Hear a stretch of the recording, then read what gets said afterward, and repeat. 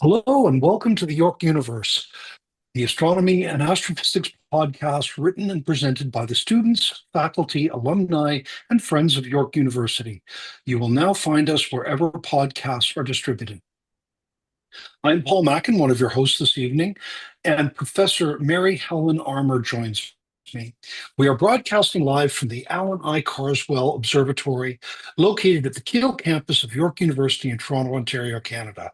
York Universe broadcasts live every Monday night at 9 p.m. local Toronto time, or currently 1 a.m. Tuesday Universal Time at York U Observatory. We also run in concert with our online public viewing feed, or as we call it, the OPV, which is operated by the observatory staff. We have the domes closed tonight for maintenance, which is a bit of a shame. It looks like a nice night, but we will be showing some beautiful archival images on the broadcast. To navigate to our live show or learn more about us, please visit our website at yorku.ca/science/observatory and follow the link to our online public viewing chat on YouTube. If you have any questions or comments about past shows or suggestions about future topics, please send us an email at observe@yorku.ca. You can always connect with us on Instagram with the handle at YorkU Observatory or on Facebook at Allan I Carswell Ob. All of our programs are free, but we would certainly appreciate any donations you may wish to make. Please visit our website at yorku.ca/science/observatory. We will be monitoring the YouTube chat for questions and post content. Our theme for today is To the Moon, Past and Future.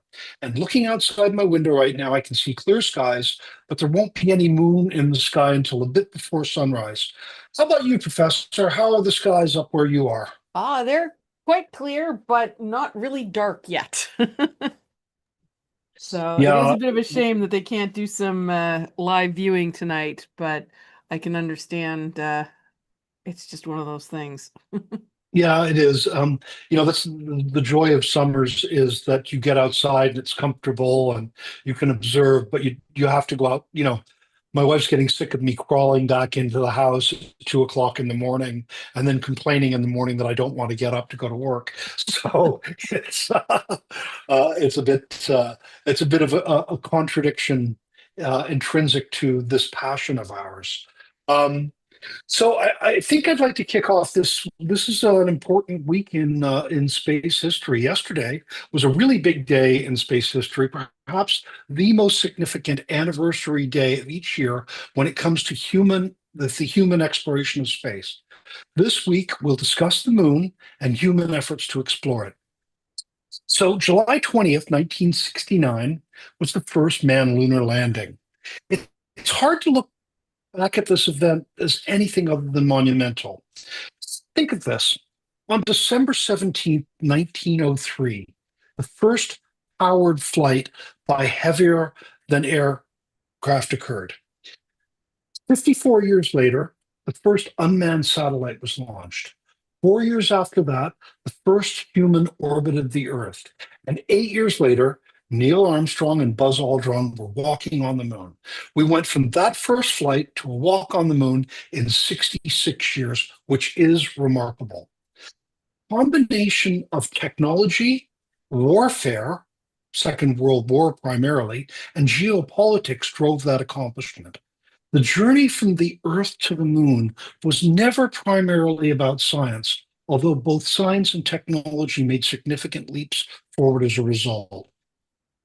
In response to the Soviet advancements in the space race, which Professor Armour is going to discuss a little later, the Americans set an ambitious goal of reaching the moon. And they did this very purposely. They set a goal as something they knew would require numerous technological leaps forward because the Soviets were ahead. And this would allow them to use the time to catch up to the USSR and ultimately to leapfrog it. They also set a deadline to do so with President Kennedy's University Rice speech, in which he said, "We choose to go to the moon. We choose to go to the moon in this decade and do the other things, not because they are easy, but because they are hard." because the goal will serve to organize and measure the best of our energies and skills, because that challenge is one that we're willing to accept, that we are unwilling to to postpone, and one which we intend to win, and the others too. Well, over the course of the show, we'll talk about the effort to get to the moon by the Soviet Union and the United States. But let's take a moment to talk about what actually happened on that day and how it was received. It's estimated that 20% of the global population watched the event, 1 in 5 people. Uh, and it had a profound cultural impact on the people who did. I want to welcome you on a bit of a journey to see what it was like for an actual layperson that night 56 years ago. So try to imagine 2 little boys, a 9-year old and a 7-year old. The boys were sitting on the couch in the living room next to their grandfather. A black and white television was on, and a newscaster named Walter Cronkite was adding commentary to live feed from NASA as Neil Armstrong and Buzz Aldrin were bringing their lunar lander closer to the surface of the moon. There were almost no pictures provided, but there were some animations showing the spider-like spacecraft with flames coming out of the engine as it approached. The conversation between the astronauts and the capsule communicator were almost incomprehensible. It was a lot of technical talk and whatnot. Still, it was explained by Cronkite and others that radar alarms were going off and the ship Eagle was running low on fuel. Additionally, looking down at the surface, it was far rockier than expected. So nobody knew if this could work. It had never happened before. The Eagle was slightly off course. The astronauts might have to abort at a moment's notice. And then suddenly, almost out of the blue, we heard, "We see you on the ground, Eagle." Then a few moments later, "Houston, Tranquility Base here. The Eagle has landed." It was 4:17 in the afternoon. The original plan was for the astronauts to get some sleep and then do a lunar walk in the morning. But the plan was moved up for television, basically, to around 10 p.m. that night. Now, the boys' grandmother was worried that it would be very late for them to stay up, but their grandfather was adamant that they watch this, as it would be something they would remember for the rest of their lives. So several hours later, the boys and their grandfather had moved into the bedroom. There was a small TV there, again, black and white, and suddenly showing a very difficult to make out image. First, it was upside down, then it was uprighted. And where it was clear, you could sort of see 2 legs on the ladder with a very bright and very dark background. You could kind of make out that Neil Armstrong was coming down the ladder of the Eagle. As he got to the bottom, again, it was very difficult to make out, but eventually you could sort of see him at the base, and he stepped off. That's one small step for man and one giant leap for mankind. Now, shortly thereafter, the 7-year-old, the younger one, fell asleep. But the 9-year-old stayed awake with his grandfather for the 2.5 hours the moonwalk continued. A little before 1 a.m., the TV was turned off and everyone was asleep. Now, I was that 9-year-old boy. My brother David, who sadly recently passed away, was the 7-year-old.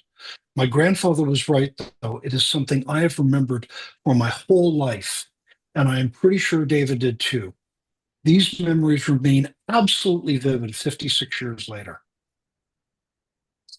Mary Helen, I think you were not quite around yet at that time. No, not far off, but not quite yet.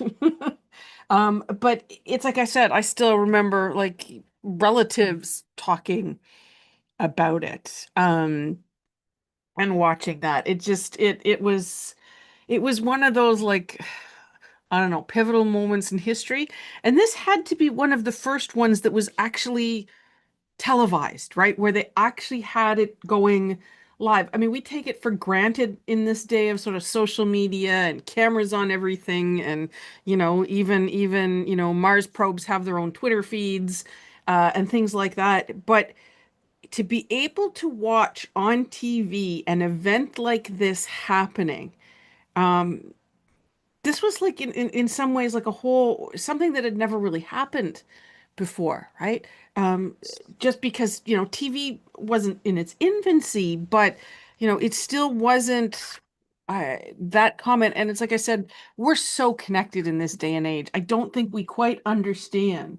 I think the effect that watching that and broadcasting that had, and the kind of, it's like you said, made for TV, that they changed some of it simply because people wanted to see it.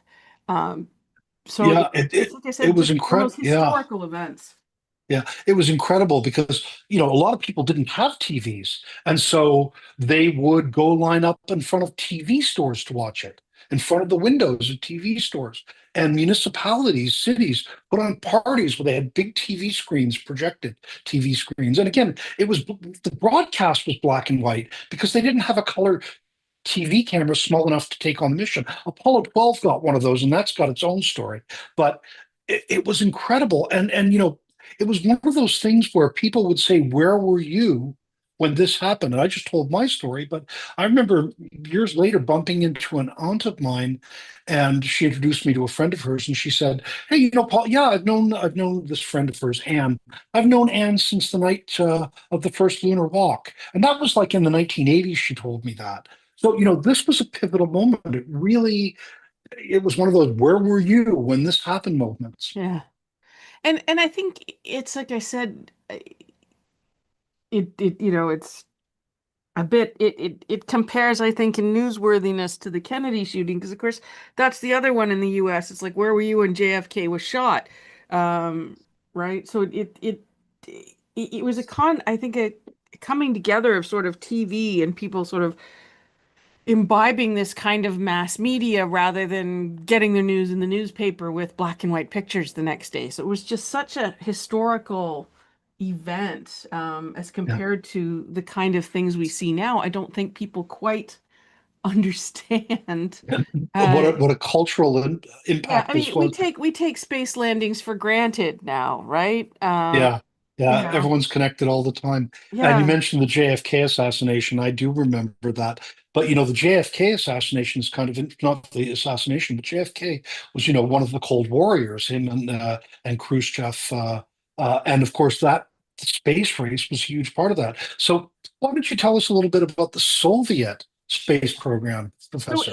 it's interesting because if you look at the histories, the two of them, both most space programs, the original sort of idea of rocketry, whether it was the Soviets, whether it was the Americans, whether it was the Germans, it all goes back to sort of the 1920s and 30s.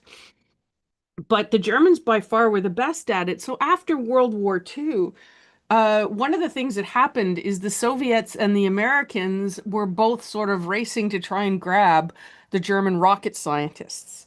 As most, a fair number of people have probably heard, of course, the Americans grabbed Werner von Braun, who was key in designing the Saturn V that got them to the moon. But equally well, the Russians also sort of took advantage of that. And both space programs were heavily influenced by the German technology.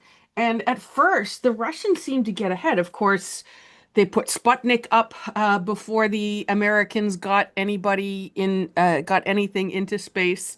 Um, they ended up putting the first Yuri Gagarin, of course, went into space.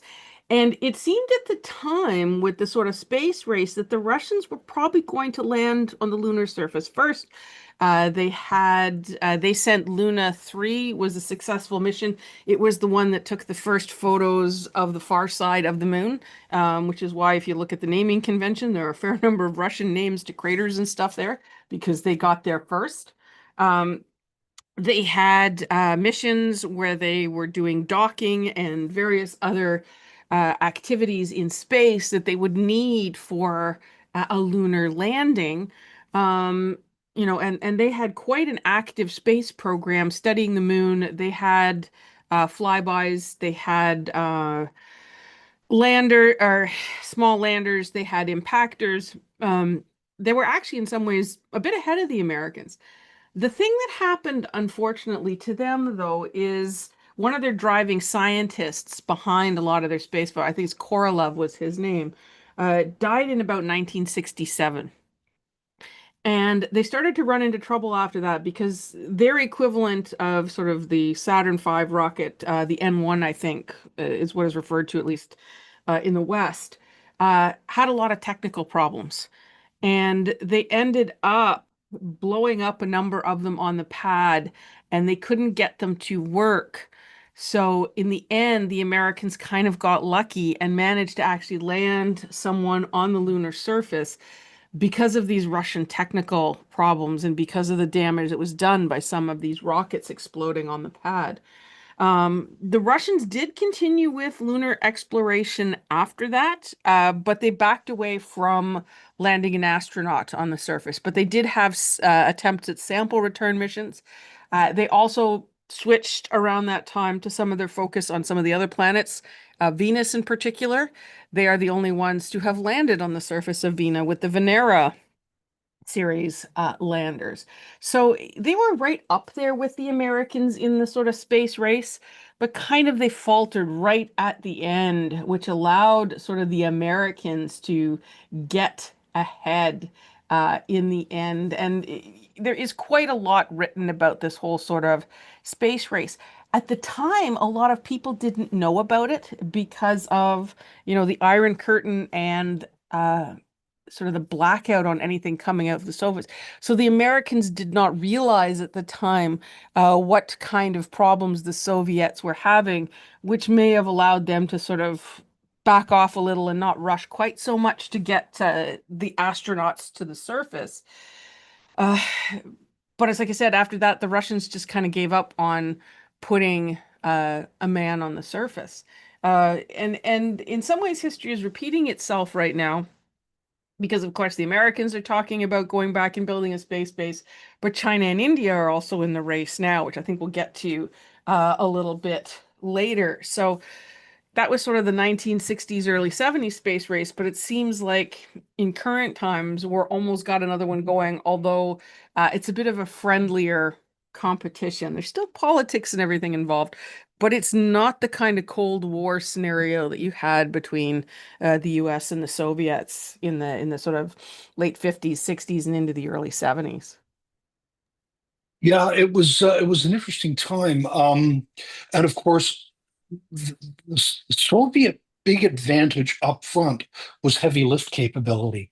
I mean, their very first human launch, for example, was an orbital flight. The Americans had uh, three suborbital flights, one with a chimp, and then two astronauts, Alan Shepard and Gus Grissom, each did suborbital flights because they just didn't simply have the rockets. The rocket capability. And when Kennedy was given options to get ahead of to catch up to the Soviets or get ahead of them, uh, one of the ideas was to put a space station up, do some science. Another one was to send a probe to the moon, grab some rocks, and bring them back. And the president's science advisor said basically, look, if you do that, and the head of NASA, if you take that approach, they will beat us because they have much heavier lift capability. The idea was that you had to put a whole bunch of challenges in front of them. You'd have to be able to, figure out docking. You'd have to be able to figure out rendezvous, docking, spacewalks. You'd have to be able to figure out an architecture to get to the moon.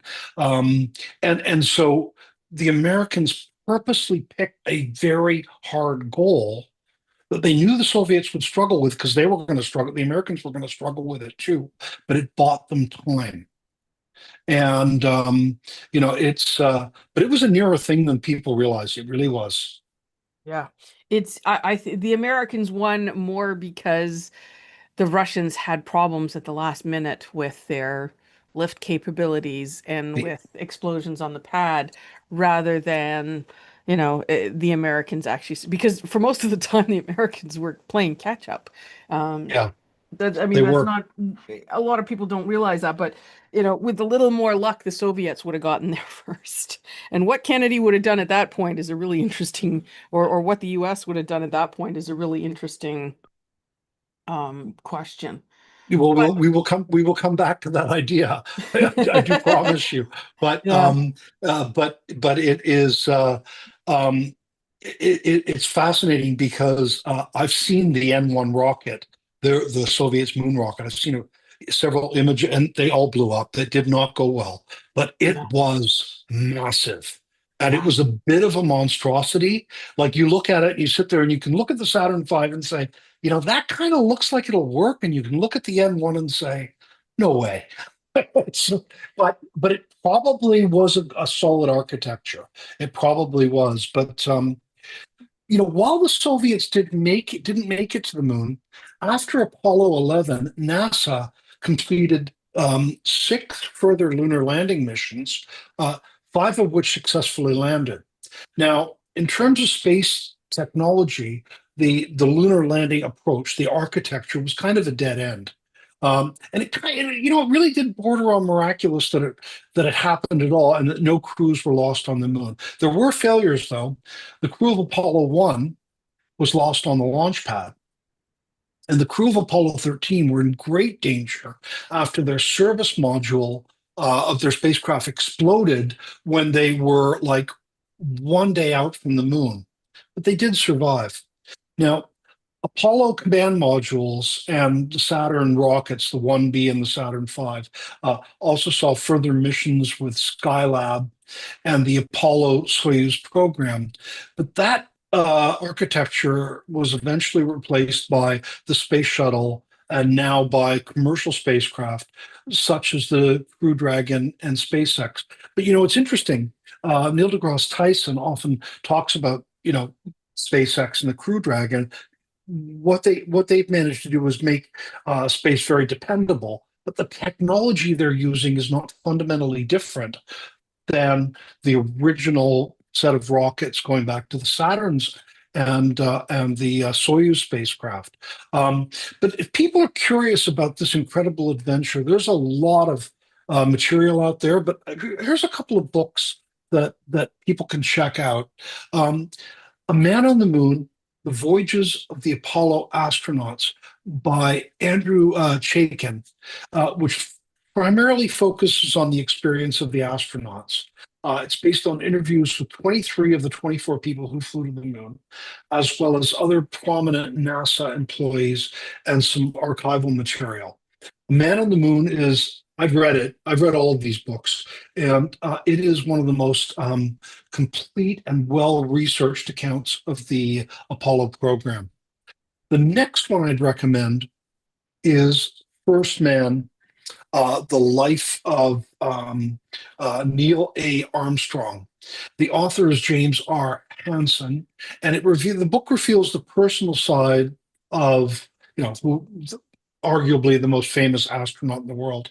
It's based on 50 hours of interviews with Armstrong himself, as well as discussions with his family and private documents. And getting 50 hours with Neil Armstrong was remarkable because he was an incredibly private person. But Hansen tells the story of Armstrong's life and work, from combat missions over North Korea as a Navy pilot to experimental flights on the X-15 rocket plane, which is still the fastest manned aircraft to ever fly, to the first docking of two spacecraft, which worked but then really went south. And there was also near-death experiences with lunar lander simulators. So he made a lot of personal sacrifices. Um, his life would make a great story, even if he wasn't the first person to walk on the moon, but he was. Another great book is Lost Moon: The Perilous Voyage of Apollo 13, which was by astronaut James Lowell and journalist Jerry Kluger. And this was about the mission that didn't make it to the moon, the one that the service module blew up on.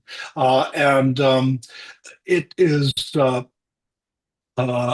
it tells the story of, from the astronauts' point of view and from NASA's point of view, how they turned this mission into a successful failure that has actually been described, and I think correctly, as NASA's finest moment. Now, all three of these have been made into TV series or movies. Tom Hanks produced and acted in the movie Apollo 13 based on Lost Moon, and a 12-part miniseries he produced, Tom Hanks produced this, called From the Earth to the Moon, which is based on A Man on the Moon, The Voyage of the Apollo Astronauts. Now, I'll talk about particularly From the Earth to the Moon. It's 12 episodes. So the first episode talks about basically the decision to get into space, and then them NASA identifying all the milestones they had to make. And I've actually seen that section of this TV show used in project management seminars to teach about project management. It's very succinct, shows how you break down projects and how you analyze what you need to do to get there. Um, the next episode is about Apollo 1 and the fire. Then you get into the successful Apollo missions, Apollo 8, uh, Apollo 7, Apollo 8, Apollo 9 and 10 together in one episode, Apollo 11, Apollo 12, an episode about Apollo 13, which is told from a different perspective than the movie. Then you've got one on 14, 15, which is the first science mission, and then one on 17. But it is an end-to-end view of the people involved. It's brilliantly done. The other movie, the other one is the it's more recent, but it's a Neil Armstrong biopic called First Man. And this does a superlative job of showing the human side of, again, this very private man, and how he got into becoming the man that he did to land on the moon. And what came through to me was how incredibly existentially dangerous this was. The opening scene is him on the X 15's aircraft, and it is harrowing. It is absolutely terrifying. And I saw it, fortunately, in an IMAX theater, and it was just unbelievable. And then they do the same thing with the Gemini 11 mission. Gemini 8, which I think was the one where he had docking problems. Um, so all of these TV shows are available through various, streaming services and well worth watching. But there's also, and this comes back to the idea of what if, a great alternative history series called For All Mankind, which imagines what if the Russian lead designer didn't die. And in the show, the very first episode, the Russians beat the Americans to the moon. The Americans get there a couple of weeks later. And the show basically starts with the premise that because of this, the space race never ended. And it tells a story about technological development that has far accelerated what we experienced. So where we are in 2025, in the show, humanity is already there in 2003. So it's a really interesting show. I think it's on in fact, I know it's on a streaming service as well, but it's very worth checking out. Professor, have you seen any of these shows? No, actually, well, I've seen the Apollo 13 movie, and I've read various other sort of science commentaries on it. Both Isaac Asimov, I think briefly at one point, and people like Carl Sagan also talked about some of the lunar missions. But the one actually book that I found fascinating, and I read it when I was younger. Um, what is it? Not James Michener wrote a book called Space. And I've read that. yeah, It's a fictionalized account. it's a Yeah, yeah. fictionalized account of sort of from the Americans' perspective of following some of these guys from sort of their World War II experiences. As you said, test pilots. This is what the early astronauts were mostly test pilots from the various naval and Air Force groups in the US. And that was a hellishly dangerous job anyways. So to switch to space travel for them, I don't think seemed like any more of a risky proposition. If you read about it's like you said, the test planes they threw and Chuck Yeager first breaking the sound barrier. It's all sort of tied in. But it was from that pool of pilots that they drew most of their early astronaut candidates. And it's quite interesting because James Michener gets into a little bit sort of it's all fictional, but you can tell it's got some strong historical links, and I think it gives a good sense of what was going on at the time because he's a very good storyteller. And it's like you said, it's interesting to think what would have happened if the Soviets had managed to get there first. It would have, I think, been, it's like I said, a very different world because the Americans would not have given up on winning. Whereas I think the Soviets at that time, they decided this isn't worth it. We're going to take a different approach. And in part because it's like you said, they'd lost Korolev, I think, Korolev. I always mess his name up. Um, if he hadn't died and they'd managed to stay on track, um, it would have been, I think, a very different thing. We might already have the lunar base because it's sort of like in the 1970s with like we forget the political background of Vietnam and everything. The US really pulled back from space. And in the 1980s, the only thing they really had going was the shuttle program. They didn't have much in the way of planetary missions. They sent nothing to the moon. They sent nothing to the solar system. So, although they were very successful with the lunar landing, in some ways, it wasn't the best for space Yeah, program development. they were somewhat victims of their own success. They stepped back, and Yeah, the space shuttle was a space truck to nowhere, and it wasn't a yeah. very good one, and it was a very expensive one. Yeah, So a lot of people thought of it as a white elephant. I think it was. I'll list one more book. The space book by Michener reminded me there is another book that is not fiction, by Tom Wolfe called, and there's also a film called The Right Stuff, Oh which was yes. about the Yes. Mercury 7 astronauts. Yeah, Uh, I've never watched the movie, but I have read the book a long time ago.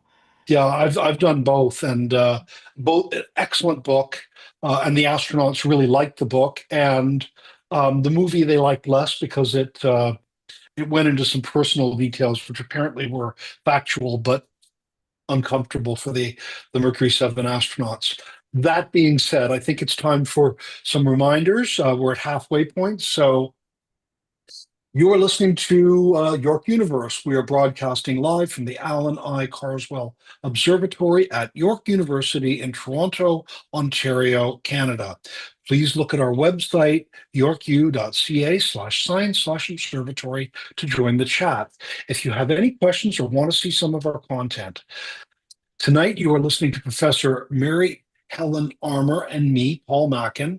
We've been discussing some historical items, particularly related to the first manned lunar landing. If you're interested in our online public viewing, please navigate to our website and follow the links to join in the fun. And right now, we're showing some great archival images, and there is a chat going on. We do have a couple of reminders before we get into some news items for the week. Um, as in most weeks, we'll be hosting a live observing get together when with Independent at York University. Actually, this week it is not live. It is the observatory tour. I'm sorry, I misspoke that. Yes, this week we've got the observatory tour, and we might do some observing, and you'll get to see things on a computer screen as opposed to an eyepiece. But you get to see our 1 meter and 60 centimeter telescopes and hear how they work and so on. The tickets are this is at the Kiel campus in the Petri Science building. Tickets are free, and a link can be found on the website to get to them. On alternative weeks, we do live viewing at the. I've done this backwards. You know what? It is Arboretum Yeah, I this know. week. It is Yeah, our it schedule's is. been a little messed up because of some other weather and Yeah, yeah. special This tours week, recently. So that's right. This week it's live viewing at the Arboretum, which is on the fifth floor of the parking garage at the Kiel campus. And next week, it will be an observatory tour. In both cases, tickets are available online, and we alternate between observatory tours and star nights at the Arboretum weekly, weather permitting, over the spring and summer months. So we got it out correctly, I think. So now for some items in the news. Mary Helen, you were going to talk about the new space race, China, Yeah, India, so and so on. it's over in the last 2 decades, people, not just the US, but other groups have gotten sort of into the whole space launch. Of course, the EU has ESA, the Japanese have JAXA, India has its space program, and the other big country is, of course, China. And all of them have developed various types of missions. Um, some lunar missions, some other missions. Uh, but I think probably the one that um, I had sort of looked at was the Chandrayaan program from India, because it started in about, I think, 2008 was their first flight. They managed to be, they managed to actually get to the moon, orbit around it, and then they ended up crashing that first one into it. And just a couple of years ago, around this time, the 14th of July, you had the third Chandrayaan that I believe was actually a lander that managed to also had a successful soft landing and managed to take pictures for some time. So they've sort of joined that club of lunar explorers at this time. And it's interesting because in the time of the original space race, there were the two powers. There was the US and there was Russia and there was no one else. In this day and age, like you've got five or six big sort of space groups. NASA works often with ESA, the European. They've worked with JAXA. They've worked with India. Um, and so you've got sort of these large sort of competing groups because these projects are getting more and more expensive. But one of the things about sort of the Indian space program that was rather interesting is relatively their space program has been quite cheap. I mean, when you're talking space missions, you're talking only a few tens of millions of dollars to get the Chandrayans each to the moon. Um, if you compare that to like what, the original space race cost, if you translate the dollars, this is like bargain basement space travel. Now they have the advantage that, of course, it's been done a number of times before, so a lot of the technology is available. But one of the things about the Indian missions is they were relatively inexpensive, um, even by the standards of now, because spaceflight is just becoming cheaper and cheaper. It's like anything else. The longer a technology is around, the less expensive it becomes. Um, so they managed to first put up an orbiter, and then they had a second Chandrayaan 2. Originally, there was supposed to be some Russian collaboration, but the Russians backed out. It was launched again in July 22nd, 2019. Um, but this one was not as successful. It seems to have crashed landed um, during the descent to the surface. But their third one, the Chandrayaan 3, did manage to land just 2 years ago. So they have, for, like a small, relatively smaller program, they have been very successful and they've done it on a very efficient budget.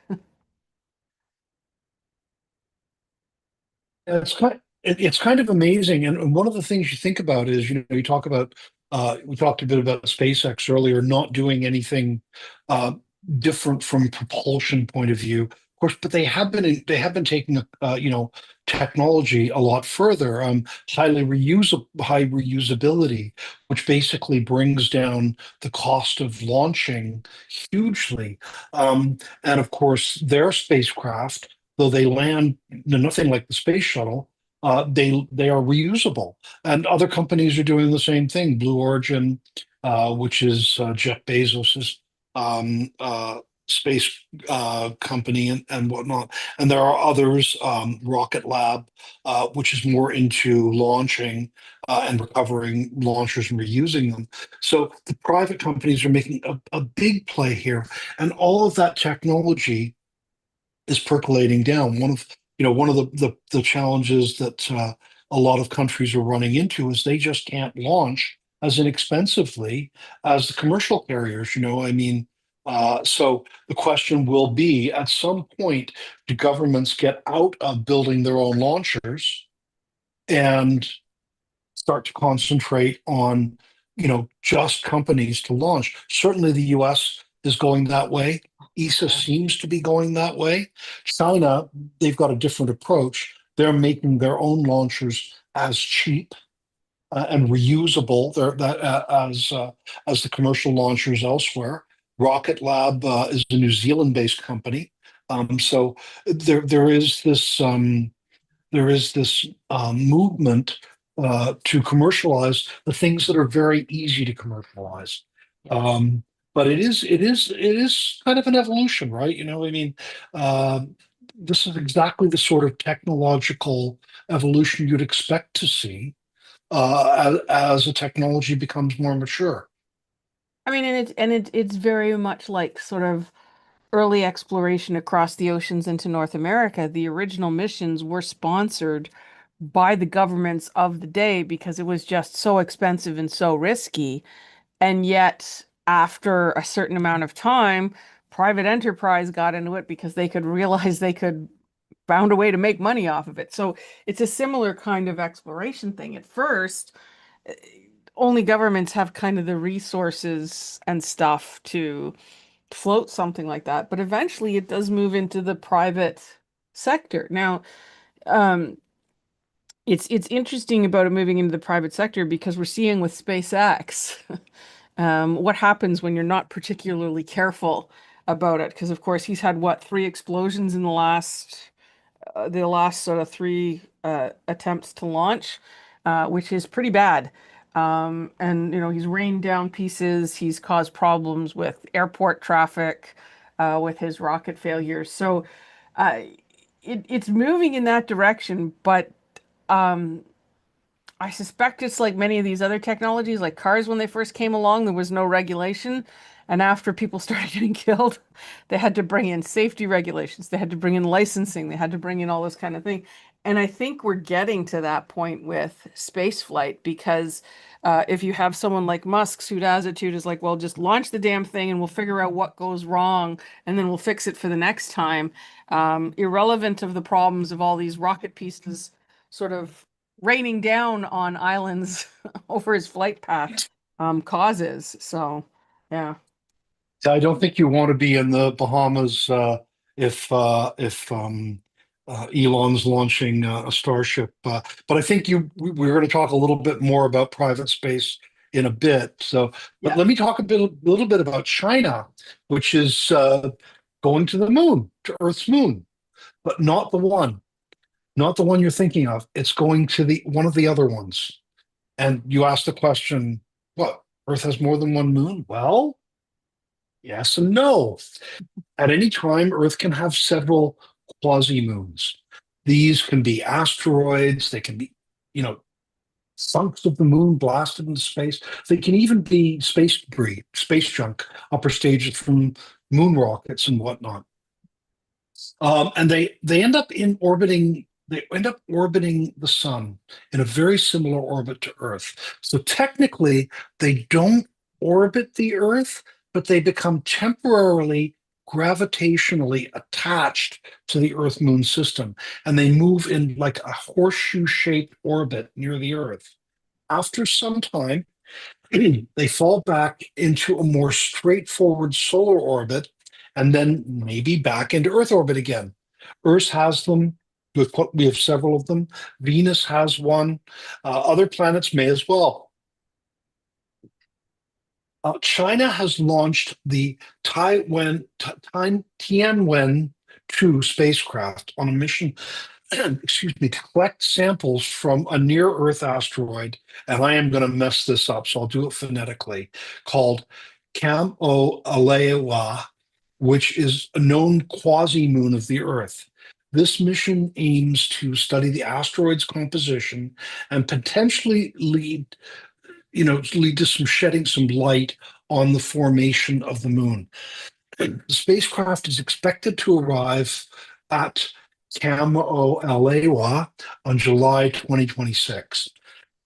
Now, Kamo'olawa is thought to be a chunk of the moon blasted off of the surface of the Earth by collision of some sort, which makes it a great target for data on the moon's formation and evolution.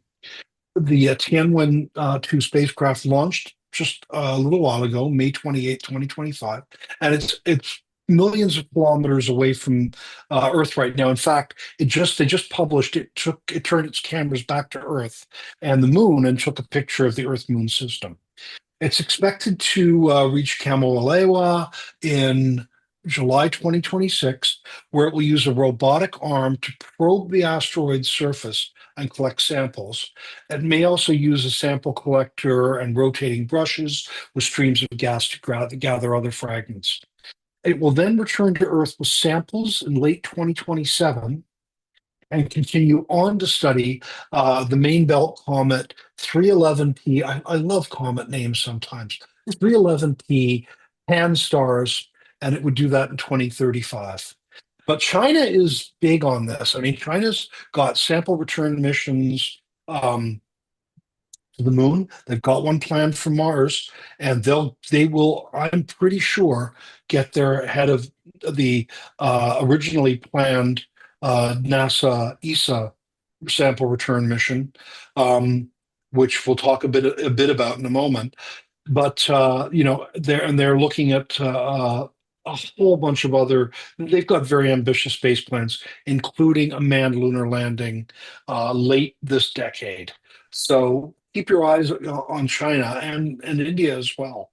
But then again, though, we've got the whole influence of private space. And I think, Mary Ellen, you've got Yeah. some other things you wanted to say about that. Yeah, so it's like I said, if you were I were following the news back in March, of course, there were two private spacecraft trying to land on the moon. So you had Blue Ghost, that had been launched by Firefly Aerospace.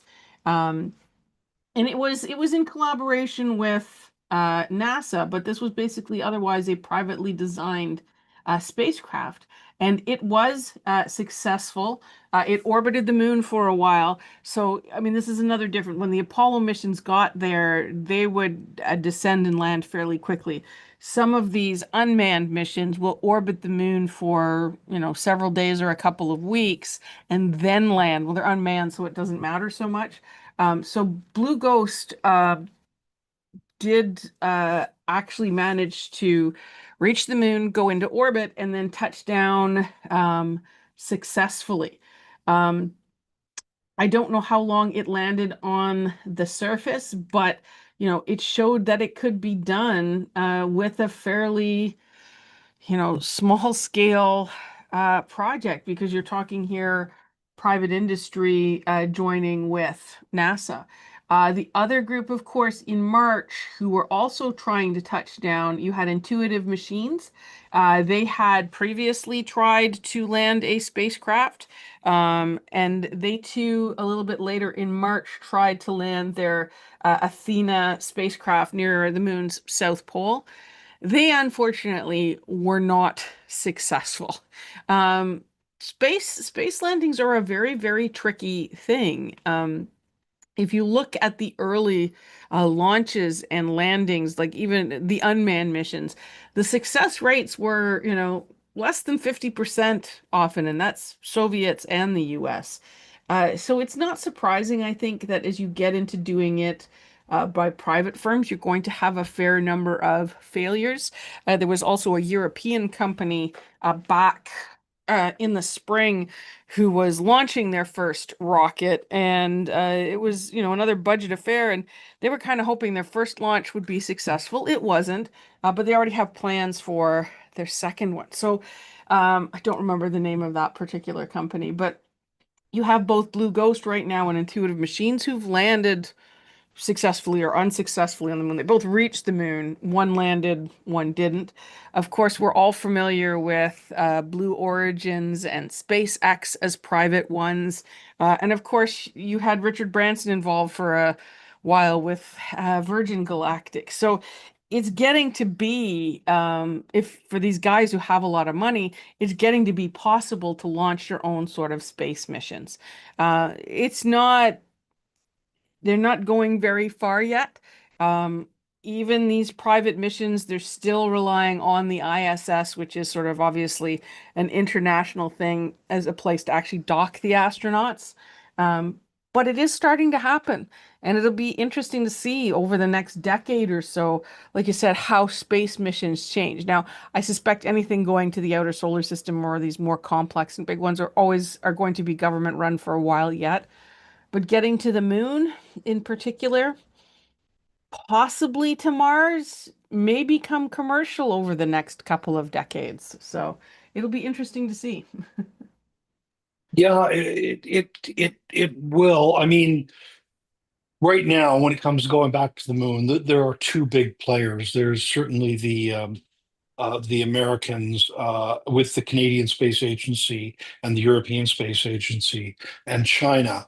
But on that news front, the Artemis and Lunar Gateway projects continue. So I guess it's called the Big Beautiful Bill. The recent U.S. budget originally proposed ending the Artemis mission after the third flight, which would be a crewed return to the lunar surface. And that was simply because so they could get there before the Chinese do, back to the idea that there's a new space rate happening.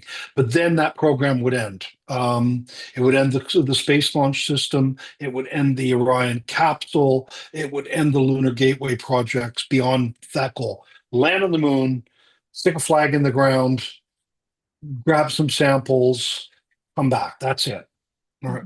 So changes, but the U.S. Senate had to approve that bill. So they made some changes to it. So they restored funding for Gateway, which is basically a space station in lunar orbit, uh, and is needed for Artemis 4 and Artemis 5. Those missions were restored as well, and it continued funding for Orion and the SLS development. Now, the SLS is a bit of a white elephant. It really is. It isn't reusable. It's big. It's extraordinarily expensive. But the current return architecture to the moon depends on that. So now we have a total of 5 Artemis missions completed or planned. Artemis 1 successfully flew an unmanned Orion spacecraft to lunar orbit and back.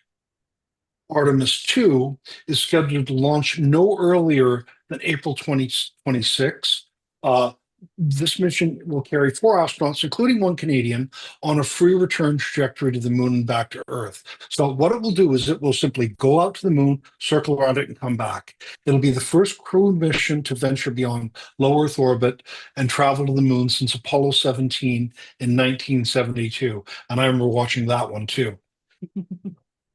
Artemis 3 is planned to be the second crewed Artemis mission and the first lunar landing since Apollo 17.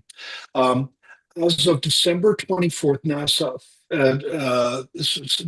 as of December 2024, NASA officially expect Artemis 3 to launch no earlier than mid 2027. Do not count on it. They don't even have a lander yet. Okay. And until SpaceX gets Starship working, they're not going to have a lander because it is the spaceship Starship, the SpaceX Starship that's supposed to be the lander. So that date is highly fluid. Yeah. Then Artemis 4, sorry? Yeah, I don't put a great deal of faith in SpaceX right now. Their recent troubles. Yeah, I it's think NASA may have been a little too optimistic in getting into bed with them, unfortunately. well, there are so many problems with Starship as an architecture for landing on the moon. Don't even get me started on the center of gravity. You talked about a couple of failed landers earlier. They all had a high center of gravity. Yeah, on a rocky surface, that's not a good thing to land. Maybe that's a discussion for another day. But Artemis 4 is a planned NASA-led Artemis mission. The mission will use the Space Launch System, which again is a bit of a white elephant launch vehicle. It will send the Orion spacecraft and 4 astronauts to the Lunar Gateway space station. And they'll install the IHAP module on Gateway and conduct a second landing of the Artemis program. Then Artemis 5 is the fifth planned mission, and it'll be the first crewed flight with the Blue Moon lander.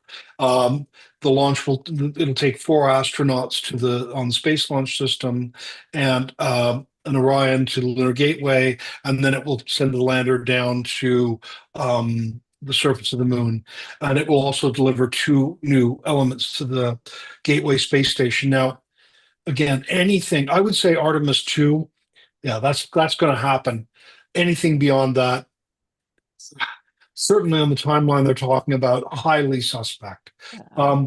But in addition to this, NASA's science budget, and this is quite a big story, including there was stuff in the news about it today, has been curtailed by 25% in the legislation passed in the budget bill. This is devastating to a number of ongoing missions and upcoming missions. But Congress is working on an appropriation bill, which would restore and even slightly increase NASA's budget. So cross your fingers, cross your toes, stay tuned. They may be able to pull back from that because NASA is still the world's premium government-run space agency. Oh yeah. It just simply is. I know. It simply is. The catch, I think what would spur the Americans on in the current political climate is if the Chinese have a big success and the Americans now have to prove they are better. Yeah, I think What it comes down to, right? It'll be a new space race. But unfortunately, what those usually mean is when you get to the end of it, then you say, "See, we did it." You rush your hands together and you say, "We're done," and we'll go back and do something else. So, it is a challenging time. There was an article today about on the anniversary of the lunar landing about NASA employees sending a letter to the government, really saying this is very short-sighted. We'll see what happens. Yeah, I mean, But I did read through that letter, and the thing is, they've gone through and just cut and slashed totally with no discrimination, and it's sort of like you're doing more. You're going to end up spending more money to fix all the things that you've messed up. Yeah, there is a bit of time. The cuts don't kick in till next fiscal year. So they're starting to plan for shutdowns in October, and the Senate is working on a bill. So I think my gut tells me NASA is a hugely popular agency, well liked by the public. It is not an expensive agency at all. I mean, you hear the revised number is $24 billion US. Well, I don't know how many fighter planes is that? Not many. It's like so it's right, but that's maybe a conversation for a different day or a different venue. But I think we are at time, so I'll start to sign off by saying you have been listening to the York University Astronomy and Astrophysics podcast, written and presented by the students, faculty, alumni, and friends of York University. Your hosts this evening have been Professor Mary Helen Armour and myself, Paul Mackin. This podcast and past episodes are available wherever podcasts are distributed.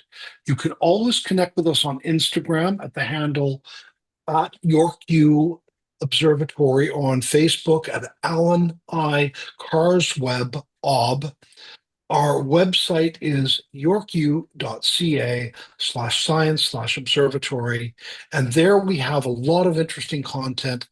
And if you feel so inclined, it's a great place to make a Canadian tax-deductible donation to our student-operated, not-for-profit observatory.